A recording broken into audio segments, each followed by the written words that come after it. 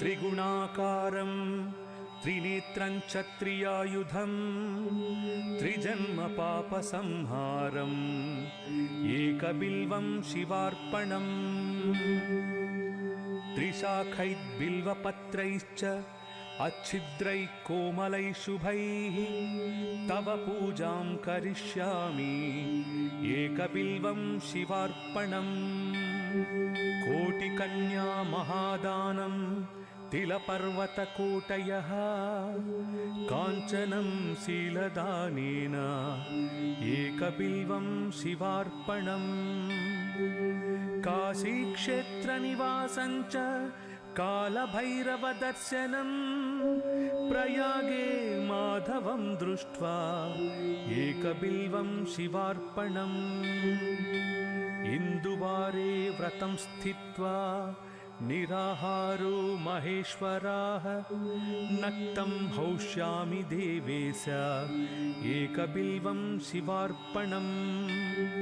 रामलिङ्गप्रतिष्ठा च वैवाहिककृतं तथा तटाकानि च सन्धानम् एकबिल्वं शिवार्पणम् अखण्डबिल्वपत्रं च आयुतं शिवपूजनं कृतं नाम सहस्रेण एकबिल्वं शिवार्पणम् उमया सह देवेश नन्दिवाहनमेव च भस्मलेपन सर्वाङ्गम्